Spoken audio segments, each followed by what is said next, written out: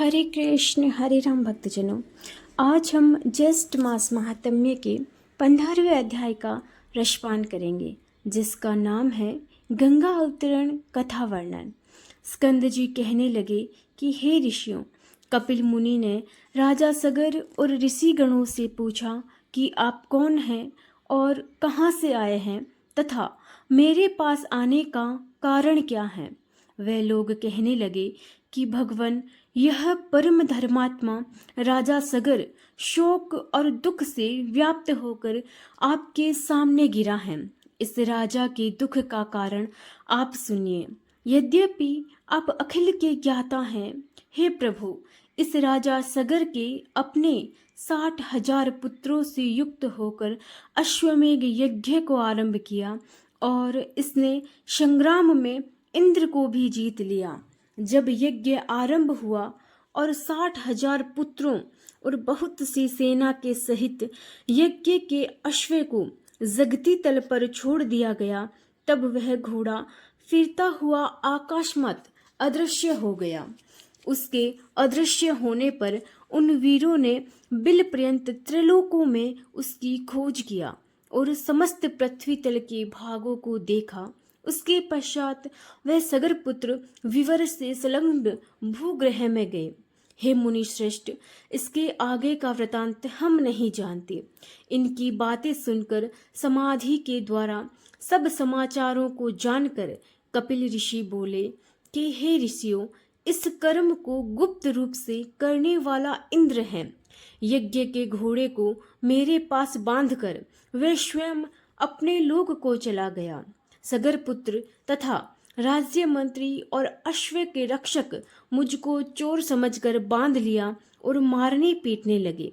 तदंतर मेरी क्रोधाग्नि से सब सगर पुत्रादि जल गए। मैंने उनको जानकर भस्म नहीं किया। ऋषि श्रेष्ठ कपिल ने इस प्रकार कहकर अत्यंत दुख प्रकट करते हुए विलाप करके स्वयं अपने हाथ से राजा सगर को उठाकर अपने हाथों से उसके मुख कमल को पोंछा और मधुर वचन बोले कि हे राजश्रेष्ठ, भय मत करो, तुम अपने राज्य को जाओ। तुम्हारा शोवा यज्ञ मेरे वरदान से पूर्ण हुआ। मेरे प्रताप से तुमको अवश्य महेंद्र पद मिलेगा और इंद्र ने जो दुष्टता की है वह दुष्ट बुद्धि के कारण अहिल्या में उसकी कामुक बुद्धि होगी और गौतम ऋषि के श्राप से वह भंग योनि से चिंतित होगा।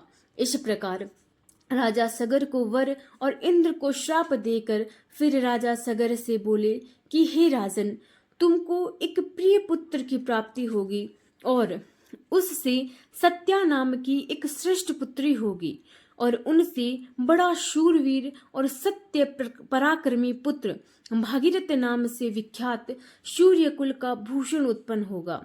वह शस्त्र और अस्त्र विद्या में कुशल, नीतिमान, सत्यवान और पवित्र आचरण वाला होगा। वह समस्त पृथ्वी को जीतकर अति दुष्कर तप करेगा। तप के प्रभाव से गंगा जी को स्वर्ग से अपने पितरों के उद्धार के लिए लावेगा।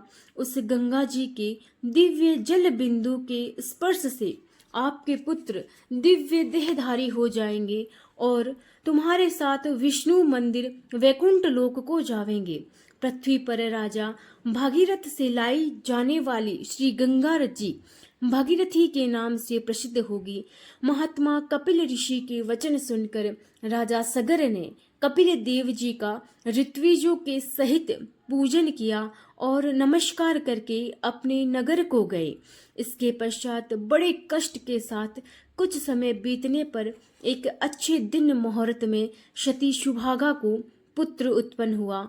अनेक गुणों से युक्त दूसरे जयंत इंद्र का पुत्र के समान था। वशिष्ठ ऋषि ने आकर उस पुत्र का जात कर्मादि संस्कार किया। उसके जन्म के समय गोदान तथा अनेकों और दूसरे दान देकर अन्य जनों को वस्त्र धनादि देकर प्रसन्न किया। 12वें दिन उस बालक का नामकरण संस्कार करके उसका नाम भागीरथ रखा गया और शुक्ल पक्ष के चंद्रमा की तरह प्रतिदिन वह बढ़ने लगा। उपनयन समय आने पर राजा सगर ने विधिवत अपने पौत्र का उपनयन संस्कार किया। वह राजपुत्र 16 वर्ष की आयु के पूर्व ही हाथी घोड़ा रथादि समस्त विद्याओं और कलाओं का पूर्ण ज्ञाता हो गया। उसको समस्त गुणों से पूर्ण राज्यभार को सहन करने में समर्थ महान तेजस्वी जानकर तथा मंत्रियों के साथ विचार करके उस शूजनिमा भागीरथ को राज्य दे दिया। राजा भागीरथ अपने पितामह का राज्य पाकर समस्त भूमंडल पृथ्वी का पुत्रव्रत पालन करने लगा। इति श्री ज्येष्ठ मास महात्म्य गंगा अवतरण वर्णन 15वां अध्याय समाप्त।